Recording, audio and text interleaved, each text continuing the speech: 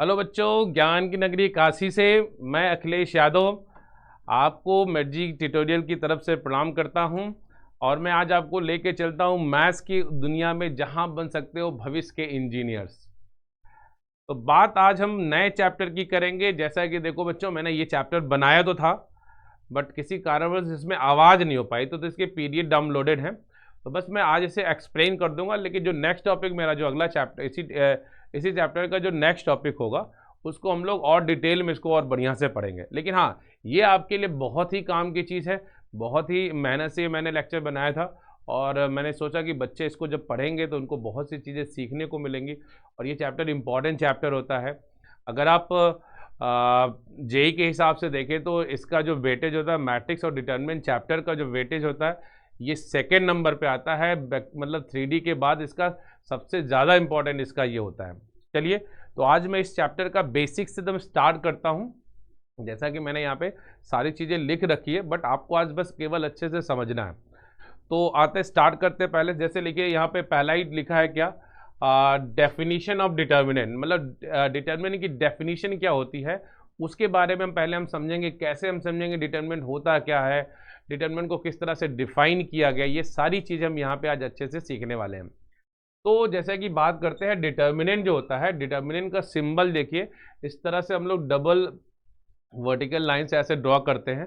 ये हमारा डिटर्मिनेंट का सिंबल होता है, और उसको हम लोग रिप्रेजेंट करते हैं या तो कैपिटल डी से या फिर डेल्टा से रिप्रेजेंट करते हैं। अब एक काम करते हैं ना, पहले एक ट्राई कर लेते हैं, एक 2/2 का एक ऐसा एक साइमल्टेनियस इक्वेशन लेते हैं, जिससे हम लोग डिटर्मिनेंट का 2/2 का एक डिटर्मिनेंट सॉल्व कैसे करेंगे। अच्छा, डिटर्मिनेंट के बारे में एक बहुत और ख़ास बात मैं बता देता हूँ। डिटर्मिनेंट क्या होता है ना, जो मैट्रिक्स होता है, उस मैट्रिक्स के जो मैट्रिक्स होता है, उस मैट्रिक्स के जो टाइप्स ऑफ मैट्रिक्स होते हैं, उस टाइप्स ऑफ मैट्रिक्स में से उसका सिर्फ ये एक पार्ट होता है डिटर्मिनेंट। तो जो, क्योंकि उसमें क्या होता है, बहुत सारे डिटर्मिनेंट के टाइप्स होते हैं, लेकिन उसी में एक टाइप ऐसा भी होता है जब उसमें नंबर ऑफ रोज और नंबर ऑफ कॉलम्स एकदम इक्वल होते हैं, तो वो वाला कहानी जो होती है, वो टाइप जो होता है, वो आपका डिटर्मिनेंट होता है। तो आज उसी को थोड़ा हम और अच्छे से पढ़ेंगे और अच्छे तरीके से जानेंगे। अब जैसे देखिए, मैंने यहाँ पे लिखा ना, consider the system of 2 homogeneous linear equation. यहाँ पे मैंने 2 होमोजीनियस लीनियर इक्वेशन ले रखे हैं। अब जिसमें देखिए, पहला इक्वेशन क्या आपका है, a1x plus b1y equals to 0। दूसरा इक्वेशन है a2x plus b2y equals to 0 है in the 2 variable x and y। ये 2 होमोजीनियस लीनियर इक्वेशन हैं, 2 वेरिएबल में x और y के फॉर्म में दिए हुए हैं। अब उसको देखिए कैसे हम लोग क्या कर सकते हैं। अब जैसे मैंने पहला वाला सॉल्व किया, a1x प्लस b1x, तो इसको मैंने इधर शिफ्ट कर दिया, तो यहाँ से मैंने y/x की वैल्यू निकाला, जो कि आपका आ गया -a1/b1। फिर उसी तरह से देखिए, मैंने यहाँ पे क्या निकाला है, y/x, और ये वैल्यू जो आपका आ गया -a2/b2 के फॉर्म में आपका आ गया। तो अब अगर हम यहाँ से देखें, तो यहाँ से हमें ये दिखाई देता है कि हम यहाँ पे y/x की वैल्यू यहाँ भी निकालें, और इसी तरह से y/x की वैल्यू यहाँ भी निकालें। अब देखो, ये दोनों, ये भी y/x की वैल्यू है और ये भी y/x की वैल्यू है। अब दोनों को मैंने यहाँ पे इक्वेट कर दिया, फ्रॉम एंड टू। तो जब मैंने इनको इक्वेट किया, तो यहाँ पे देखा कि -a1/b1 और -a2/b2 था, जिनका minus minus sign cancel out हो गया। अब जब मैंने इसको क्रॉस मल्टीप्लाई अगर किया, तो क्रॉस मल्टीप्लाई करने के बाद सॉल्व करने पे ये आ रहा था। अच्छा, जब सॉल्व करने पे ये आ रहा था, तो उसमें मैंने देखा इसमें कि अब इसको डिटर्मिनेंट में कैसे कन्वर्ट करें। तो यही सेम चीज़ लेके जब हम इस चीज़ को डिटर्मिनेंट में जब रखते हैं, अब देखिए, इसी को मैंने 2/2 का बनाया था, कि जैसे मेरे पास इनके जो कोफिशिएंट है a1 b1 a2 और b2, इनको मैंने क्या किया, रो के अकॉर्डिंग 1 a1 b1 हो गया, ये आपका a2 b2 हो गया, ये आपका वही डिटर्मिनेंट हो गया, और इसको मैंने इक्वल्स टू 0 कर दिया। अब जब मैंने इसको सॉल्व किया, अब ये इक्वल्स टू 0 करूँ या ना करूँ, जनरली आप ये देख सकते हो, अगर चूंकि यहाँ पे 0 आता है इस फॉर्म में, इसीलिए इसको 0 मैंने कर दिया। लेकिन 2/2 का जो डिटर्मिनेंट है, सॉल्व करने का उसका वही तरीका है। आप इसको इससे मल्टीप्लाई करो, और फिर इसके जब आप क्रॉस मल्टीप्लाई करते हो ना, तो ये निगेटिव हो जाता है आपका, तो a1b2 माइनस ये आपका हो जाएगा ये। ठीक, अब देखिए यहाँ पे जब हम इस चीज़ को, यहाँ पे मैंने इसको सॉल्व कर दिया, तो सॉल्व करने के बाद अगर मैं इससे कंपेयर करता हूँ, तो देखिए जो ये आंसर आया था, सेम आंसर आपका यहाँ भी आ गया। तो आपका ये और ये दोनों आंसर आपका देखे सेम। तो यानी इसका मतलब ये हुआ, हम किसी 2 साइमल्टेनियस इक्वेशन को इस तरह से, हम उसको इस फॉर्म में, डिटर्मिनेंट फॉर्म में कन्वर्ट करके उसको इस तरह से लिख सकते हैं। अच्छा, अब यहाँ पे देखिए, ये जो ऑर्डर है, इसका ऑर्डर क्या होता है, ऑर्डर ऑफ डिटर्मिनेंट का मतलब ये हुआ कि उसमें कितने नंबर ऑफ रोज हैं और कितने नंबर ऑफ कॉलम्स है। तो नंबर ऑफ रोज और नंबर ऑफ कॉलम्स को इसमें अगर इक्वल होता है तो वो उसके ऑर्डर कहलाता है। अब जैसे देखिए मैट्रिक्स में क्या था, इसको हम लोग 3x3 का मैट्रिक्स बोलते हैं, लेकिन अगर हम डिटर्मिनेंट की बात करते हैं ना तो इसके ऑर्डर को हम बोलेंगे 2 ऑर्डर का, यानी कि ऑर्डर 2। ये देखिए क्योंकि देखिए आपके 2 रोज है और ये आपके 2 कॉलम्स है, तो इसको हम लोग 2x2 का डिटर्मिनेंट बोलने से अच्छा है कि इसको हम डायरेक्ट बोले क्या, ऑर्डर 2 का डिटर्मिनेंट है। चलिए अब बात करते हैं इसी तरह से देखिए इसके लिए साइन स्कीम भी ये होती है प्लस माइनस माइनस प्लस, हम लोग इस तरह से इसको सॉल्व करते हैं, क्योंकि आप देखिए इसको जब सॉल्व करोगे तो ये पॉजिटिव आएगा और ये आपका देखिए नेगेटिव नेगेटिव ये भी पॉजिटिव, लेकिन एक साइन ऑलरेडी नेगेटिव होता है इस वजह से वो माइनस हो जाता है, ठीक है। अच्छा अब इसी तरह से मैंने बात किया, देखिए अब हम आते, मैंने यहाँ पे 3 simultaneous linear homogeneous linear equation लिए थे, तो उसको भी हम इसी तरह से सॉल्व करते हैं। जैसे मैंने इसको 2x2 को सॉल्व किया, अब इसमें भी इसके सारे कोफिशिएंट को मैंने निकाल लिया, a1 b1 c1 a2 b2 c2 a। अब इसको मैंने डिटर्मिनेंट पे सेट कर दिया और ये देखिए इसका जब आप ऑर्डर हो जाए, आप चेक करेंगे तो इसका ऑर्डर हो जाएगा कितना, 3 हो जाएगा। तो इसका ऑर्डर देखिए 3 हो गया, जो कि आपका यहाँ पे दिख रहा है, क्योंकि 1 2 3 रोज 1 2 3 कॉलम, तो यानी 3 रोज 3 कॉलम्स, यानी इसका ऑर्डर हो गया 3। अब इसकी हम साइन स्कीम लगा रहे हैं प्लस माइनस प्लस, तो ये देखिए ये बहुत काम की साइन स्कीम है। अब इसी स्कीम के थ्रू ही हम इस क्वेश्चन को आगे सॉल्व करते जाएंगे, जो भी हमारे क्वेश्चन होंगे हम इन्हीं साइन स्कीम का यूज करके ही इसे सॉल्व करेंगे। चलिए आते हैं नेक्स्ट पेज पे। तो अगला पेज हमारा ये है एक्सपेंशन ऑफ डिटर्मिनेंट। अब हम डिटर्मिनेंट को एक्सपेंड कैसे करेंगे ये हम सीखेंगे। जैसा कि 2x2 का मैंने पहले ही बताया था, एक्सपेंशन ऑफ 2 ऑर्डर, तो 2 ऑर्डर के डिटर्मिनेंट को देखिए, आप इसको इससे क्रॉस करोगे तो a1 b2 और फिर इसको करोगे तो यहाँ माइनस होता है तो ये हो जाएगा a2 b1, तो ये 2x2 का डिटर्मिनेंट हो गया। इसी तरह से जब हम बात करेंगे एक्सपेंशन ऑफ 3 ऑर्डर डिटर्मिनेंट की, तो जब एक्सपेंशन ऑफ 3 ऑर्डर डिटर्मिनेंट की अगर हम बात करते हैं तो वहाँ पे हम ये देखेंगे कि अब जो यहाँ पे आपके पास ये आ रहा है, ये देखिए आपका यहाँ पे पहले कैसे इसको एक्सपेंड करते हैं ये अच्छे से समझ लीजिए। अब देखिए इसको एक्सपेंड, अच्छा डिटर्मिनेंट की खास बात क्या होता है बेटा लोग, डिटर्मिनेंट की खास बात ये होती है कि आप किसी भी रो से या किसी भी कॉलम के थ्रू आप उसको सॉल्व करो, एक्सपेंड करो, तो आपके रिजल्ट पे ना कोई फर्क नहीं पड़ेगा। आइदर आप R1 के लॉन्ग करो, R2 के लॉन्ग करो, R3 के लॉन्ग करो, C1 के लॉन्ग करो, C2 के लॉन्ग करो, C3 किसी के भी अलॉन्ग करो आप। अगर आप किसी के अलॉन्ग करते हो तो ये कंफर्म्ड है, यहाँ पे डिटर्मिनेंट की वैल्यू पे कोई फर्क नहीं पड़ने वाला है, ठीक। चलिए अब आते हैं हम इसको कैसे एक्सपेंड करते हैं। तो मैं यहाँ पे करता हूँ R1 के अलॉन्ग मैं इसको एक्सपेंड करने जा रहा हूँ।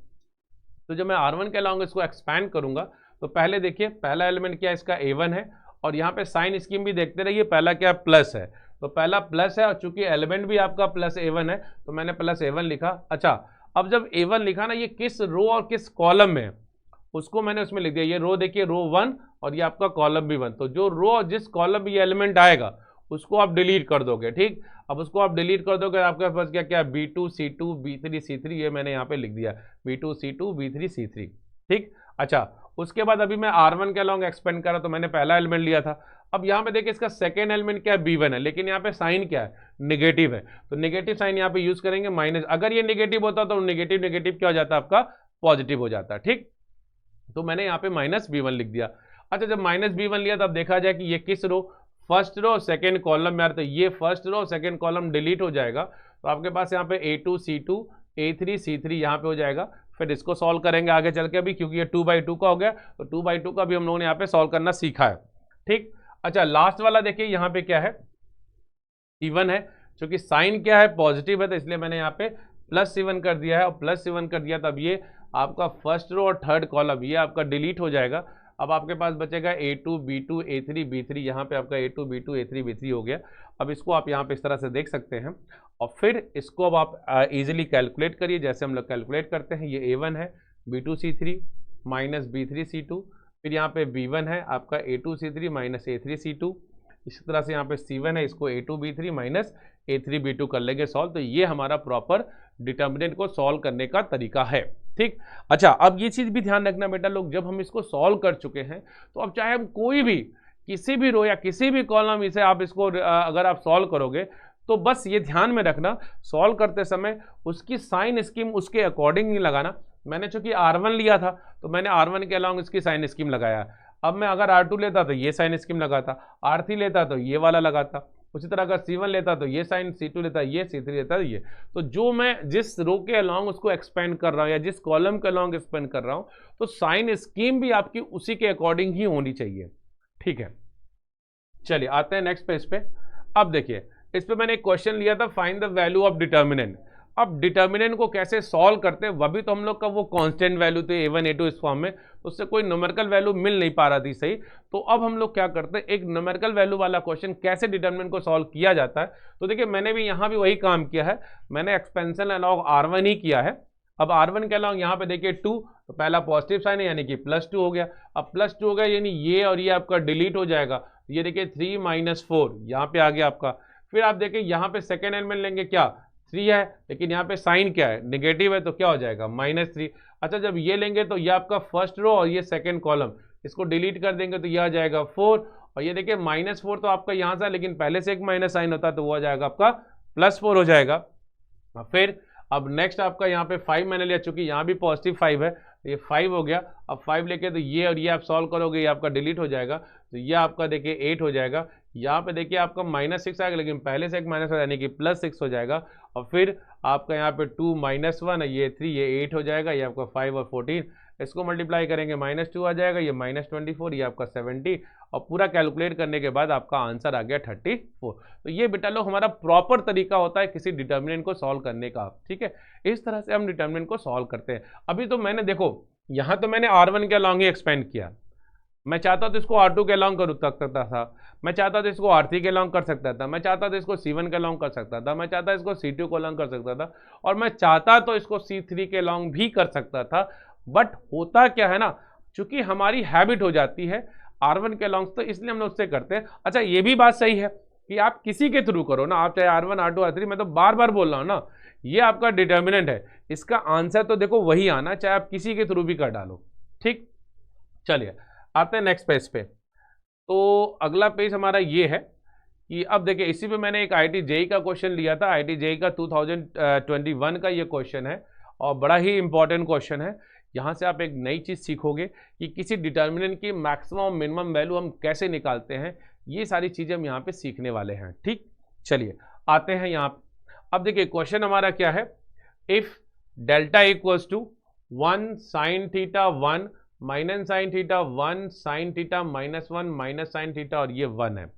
अब ये हमारा डिटर्मिनेंट दिया हुआ है। ठीक, अब इस डिटर्मिनेंट को देखिए हम लोग, इस पे पूछा क्या है, then maximum value of delta is, तो maximum value of delta is यानी इसकी मैक्सिमम वैल्यू कितनी होगी, ये चीज़ हम यहाँ पे निकालेंगे। अब देखिए यहाँ भी मैं इसको एक्सपेंशन अलॉन्ग R1, चूंकि अभी हम लोगों ने प्रॉपर्टी इसकी पढ़ी नहीं है, अदरवाइज हम प्रॉपर्टी अप्लाई करके भी इसको सॉल्व कर सकते थे, बट चूंकि प्रॉपर्टी अभी पढ़ा नहीं गया है, इसलिए हम लोग क्या करेंगे, इसको अभी नॉर्मल तरीके से जैसे हम लोग एक डिटर्मिनेंट को सॉल्व करते हैं उस तरह से इसको सॉल्व करेंगे। चलिए बात करते हैं एक्सपेंशन R1 के।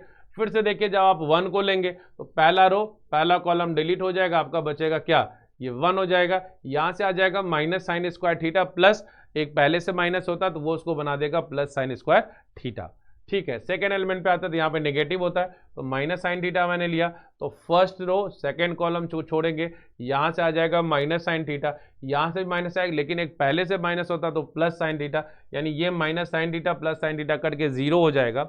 अच्छा फिर आता है यहाँ पे पॉजिटिव होता तो ये +1 हो गया, फिर ये आपका पहला रो और पहला ये थर्ड कॉलम, इसको डिलीट कर देंगे, तो यहाँ से हो जाएगा क्या, माइनस माइनस माइनस यानी कि प्लस साइन स्क्वायर थीटा, ये माइनस होगा लेकिन पहले से एक माइनस यानी कि प्लस हो जाएगा, वो हो जाएगा 1 प्लस साइन स्क्वायर थीटा।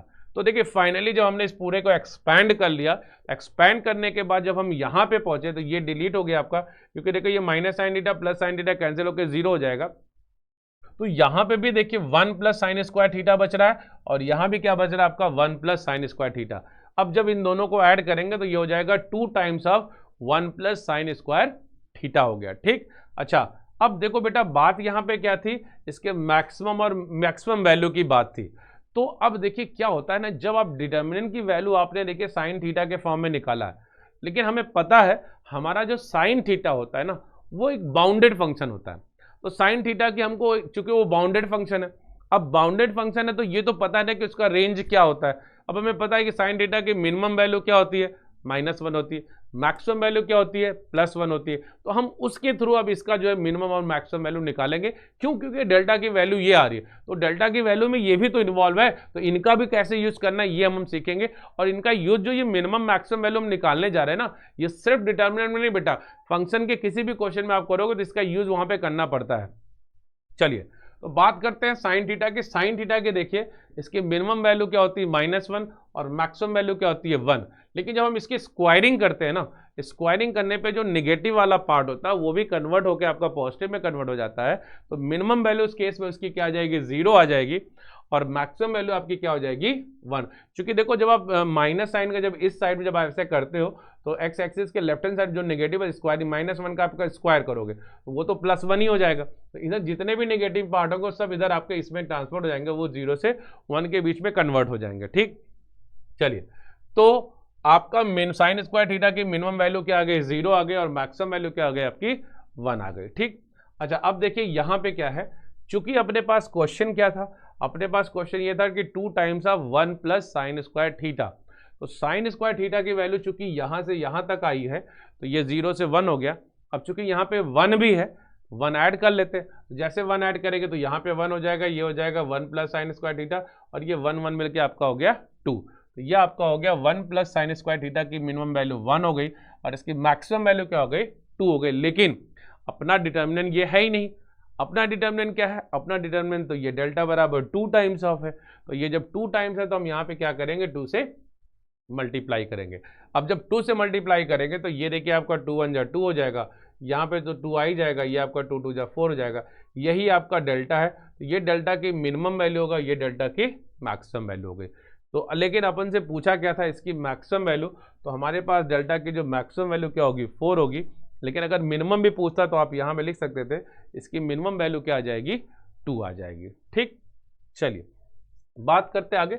अब इसी तरह के क्वेश्चन देखो, ये तो जेई का ही क्वेश्चन है, लेकिन इसी टाइप का एक क्वेश्चन और कर लेते हैं प्रैक्टिस के लिए, ताकि आपको जब इस टाइप का क्वेश्चन आए तो आप उसको आसानी से सॉल्व कर सको। चलिए आते हैं नेक्स्ट पेज पे। तो अगला पेज देखिए हमारा ये है, और इस पे हमारे जो क्वेश्चन है बिल्कुल उसी तरह का ही क्वेश्चन है। If delta equals to 1 cos theta 1 minus cos theta 1 cos theta minus 1 cos theta 1, ये दिया है। अब इस बार देखिए क्या पूछा है, then what is the minimum and maximum value of delta. इस बार इसका मिनिमम और मैक्सिमम वैल्यू दोनों पूछा है। तो तरीका बिल्कुल वही है, उसी तरह से सॉल्व करना है। क्यों? क्योंकि अभी हमने प्रॉपर्टी नहीं पढ़ा है, तो अभी हम प्रॉपर्टी का यूज अभी हम कर भी नहीं रहे। ठीक है, चलिए तो फिलहाल हम बात यहाँ पे करते हैं। अगर हम इसको सॉल्व करेंगे, तरीका वही, ये देखिए +1, ये रो और ये कॉलम आपका डिलीट हो जाएगा, तो 1, और यहाँ देखिए कॉस स्क्वायर थीटा, लेकिन एक माइनस पहले से होता है, तो 1 माइनस कॉस स्क्वायर थीटा। अब फिर यहाँ पे माइनस कॉस थीटा। अब माइनस कॉस थीटा लेंगे तो ये आपका फर्स्ट रो में आएगा, और आएगा सेकेंड कॉलम में, तो इनको डिलीट कर देंगे, तो यहाँ से आ जाएगा माइनस कॉस थीटा। यहाँ से भी माइनस कॉस थीटा था, लेकिन पहले से एक कॉस थीटा होता है, वो प्लस कॉस थीटा आ जाएगा, फिर +1। अब देखिए minus cos theta plus cos theta, again ये कैंसिल आउट हो जाएगा, तो ये टर्म आपका बचेगा क्या, 0 बन जाएगा। ठीक, अच्छा 1 को जब आप लोग को, तो देखो फर्स्ट रो और ये थर्ड कॉलम है, इनको आप छोड़ देना। और फिर जब आप इनको सॉल्व करोगे तो ये बनेगा क्या, माइनस कॉस स्क्वायर थीटा, और यहाँ से जब इसको सॉल्व करेंगे तो ये बनेगा हमारा -1, लेकिन चूंकि पहले से माइनस है तो यानी हो जाएगा +1, तो ये हो जाएगा आपका माइनस कॉस स्क्वायर थीटा +1। तो ये भी 1 माइनस कॉस स्क्वायर थीटा यानी कि साइन स्क्वायर थीटा, और यहाँ भी 1 माइनस कॉस स्क्वायर थीटा यानी कि साइन स्क्वायर थीटा, यानी कि ये मेरे पास बन जाएगा 2 sine square theta, sine square theta, sine square theta. तो मेरा डिटर्मिनेंट बन गया 2 साइन स्क्वायर थीटा। अभी हम लोगों ने साइन स्क्वायर थीटा की मिनिमम मैक्सिमम वैल्यू निकाल के देखा था, फिर उसी का हम लोग यूज करेंगे। तो देखिए साइन थीटा की मिनिमम वैल्यू क्या आ गया, -1, और इसकी मैक्सिमम वैल्यू क्या हो गया, 1 हो गया। अब यहाँ पे देखिए आपका ये आपका 0 हो जाएगा, क्योंकि स्क्वायरिंग करेंगे तो ये 0 हो जाएगा, ये 1। तो अपन के पास क्या चाहिए, 2 साइन स्क्वायर थीटा। तो साइन स्क्वायर थीटा पता ही चल गया, उसकी मिनिमम वैल्यू 0 और मैक्सिमम वैल्यू इसकी क्या होगी, 1 होगी। अब हम बात करते हैं, जब यहाँ पे 2 से मल्टीप्लाई करना है तो हम यहाँ पे 2 से मल्टीप्लाई करेंगे, और जब 2 से मल्टीप्लाई करेंगे तो इस 0 पे कोई फर्क नहीं पड़ेगा, ये हो जाएगा 2 साइन स्क्वायर थीटा। लेकिन 1 को आप 2 से मल्टीप्लाई करोगे तो आपका आंसर आ जाएगा 2। अब आप यहाँ पे देख सकते हो, तो इसका जो मिनिमम वैल्यू होगा, इसकी मिनिमम वैल्यू आपकी क्या आ रही है, 0 आ रही है, और इसकी मैक्सिमम वैल्यू आपकी क्या आ रही है, 2 आ रही है। तो minimum is 0 and maximum is 2।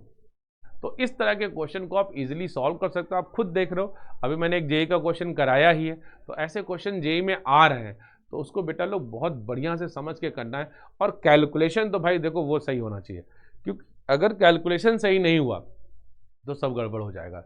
इसलिए कैलकुलेशन को बहुत ही ईमानदारी से एक एक चीज़, अक्सर बच्चे यहाँ पे मिस्टेक करते हैं। जैसे मैंने ये पहला रो पहला कॉलम छोड़ दिया, अब इसको मल्टीप्लाई किया 1, यहाँ पे देखिए कॉस स्क्वायर थीटा आ रहा है, लेकिन बीच में एक माइनस साइन होता है, उसको हमेशा ध्यान में रखना है। उसी के हिसाब से फिर आप प्लस माइनस साइन वहाँ लगा के उसको सॉल्व करोगे। ठीक है, चलिए आते हैं नेक्स्ट पेज पे। चलिए अब देखिए, एक मैथमेटिशियन थे सारस। सारस ने क्या किया था, सारस एक मैथमेटिशियन थे, उन्होंने एक काम किया था। इसी डिटर्मिनेंट को जो हम लोग एक्सपेंशन अलोंग R1 कर रहे हैं, R2 कर रहे हैं, R3 कर रहे हैं, या C1 C2 C3 के अलोंग हम कर रहे हैं, उसी डिटर्मिनेंट को सारस ने क्या किया कि अपने तरीके से उसको सॉल्व किया, और बहुत ही लाजवाब तरीका रहा। क्योंकि इस तरीके से क्या होता है ना, हम किसी क्वेश्चन को ना बड़े आसानी से सॉल्व कर पाते हैं। जैसे कभी कभी क्या होता है, हमें एक्सपेंशन वाले तरीके से करने में कभी कभी दिक्कत होती है, तो उस दिक्कत का समाधान जो है वो मिस्टर सारस थे। सारस ने इस डिटर्मिनेंट के क्वेश्चन को सॉल्व करने का एक ईजिएस्ट वे बताया, जो बहुत ही सिंपल लगता है। बस वही है ना कि दिमाग हमेशा अपना आपको क्वेश्चन करते समय कंसंट्रेट रखना पड़ेगा, ताकि आपको जरा सा भी कुछ इधर उधर दिक्कत ना होने पाए। क्योंकि जब कैलकुलेशन आप करते हैं ना, तो उस समय एकदम 100% आपका दिमाग क्वेश्चन पे ही रहना चाहिए। बिकॉज एक कैलकुलेशन मिस्टेक, अगर आपने प्लस की जगह माइनस लगा दिया या माइनस की जगह प्लस लगा दिया, तो श्योर है बेटा कि वो सारा पूरा गड़बड़ हो जाएगा, आपकी सारी मेहनत पे पानी फिर जाएगा। इसलिए एकदम बहुत ध्यान से करना होता है। चलिए आते हैं, सारस ने क्या बताया। अब सारस ने देखिए, सारस जी ने ये बताया कि अगर डेल्टा को आप इस तरह से, ये कोई एक डिटर्मिनेंट दिया हुआ है, तो आप बोल रहा है कि डिटर्मिनेंट अगर इस तरह दिया है, इसको सारस के रूल से करना है, तो सारस के रूल से हम कैसे करेंगे। तो बहुत ही सिंपल तरीका सारस ने बताया है कि पहले आप इन तीनों जो रो आपके रोज हैं उसको आप एज इट इज ऐसे लिख दो। फिर उसके बाद फर्स्ट रो को फिर से एक बार रिपीट करके लिख दो, फिर सेकेंड रो को फिर अगेन रिपीट करके लिख दो। तो फर्स्ट और सेकेंड रो को फिर से आपको रिपीट करके लिखना है। ठीक, अच्छा, इतना लिखने के बाद अब देखिए इसमें है क्या। अब इसमें उन्होंने तरीका क्या बताया, उन्होंने बताया कि आप इनको ऐसे क्रॉस मल्टीप्लाई करो। ये देखो मैंने ये पिंक कलर से ये सारी लाइन बनाया है, तो इसको मल्टीप्लाई करना है, A1 B2 C3 यहाँ पे लिख दिया। फिर आपका A2 B3 C7 ये आपका ये यहाँ पे लिख दिया।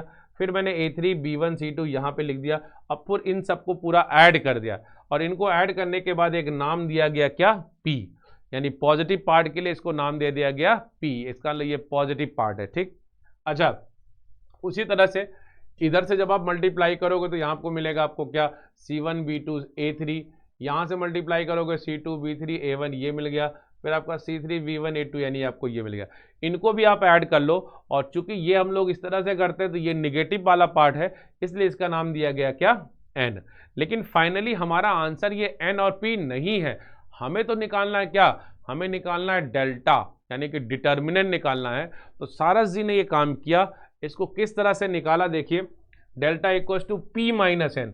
पॉजिटिव वाले पार्ट में से नेगेटिव वाले पार्ट को अगर आप सब्ट्रैक्ट कर दोगे तो आपको डिटर्मिनेंट की वैल्यू मिल जाएगी। ठीक है, चलिए अब इसी चीज़ को जो उन्होंने सारस ने जो रूल बताया है, अब इसी रूल को हम और अच्छे से कैसे कर सकते हैं, इसके क्वेश्चन को और डिराइव तरीके से कैसे। अब देखो, अभी आपको ना कभी कभी कुछ क्वेश्चन ऐसे होंगे ना, आप नॉर्मल वाले तरीके से करते हो ना, कैलकुलेशन में मिस्टेक हो जाती है, लेकिन इनके थ्रू ना बहुत आसानी से आंसर आ जाता है। चलिए आइए देखते हैं, इनसे रिलेटेड कुछ क्वेश्चन कर लेते हैं। तो हमारा देखिए, ये पहला क्वेश्चन है, यूज द सारस rule finding the value of this determinant. अब यहाँ पे बोला गया है आप सारस रूल का यूज करते हुए इस डिटर्मिनेंट की वैल्यू निकाले। देखिए बहुत ही मजेदार है, आप लोग को भी मजा आएगा, इजीली सॉल्व हो जाता है। मैंने क्या किया, वही first row, second row, third row, फिर मैंने वैसे एज इट इज जैसे था वैसे उतार दिया। फिर मैंने क्या बताया था कि अगर अगले बारे में सारस जी ने बोला था कि आप फर्स्ट रो को फिर से रिपीट करिए और सेकेंड रो को फिर से रिपीट कर दीजिए। अब ये काम जब आपने कर दिया, अब इसके बाद तो नॉर्मल तरीका जैसे मल्टीप्लाई करना था, नॉर्मली आपको मल्टीप्लाई करना है। आप देखिए यहाँ पे 4 -1 1, इनको मल्टीप्लाई करोगे तो आपका आंसर -4। 5 2 3 इनको करोगे तो आपका आंसर आ जाएगा 30।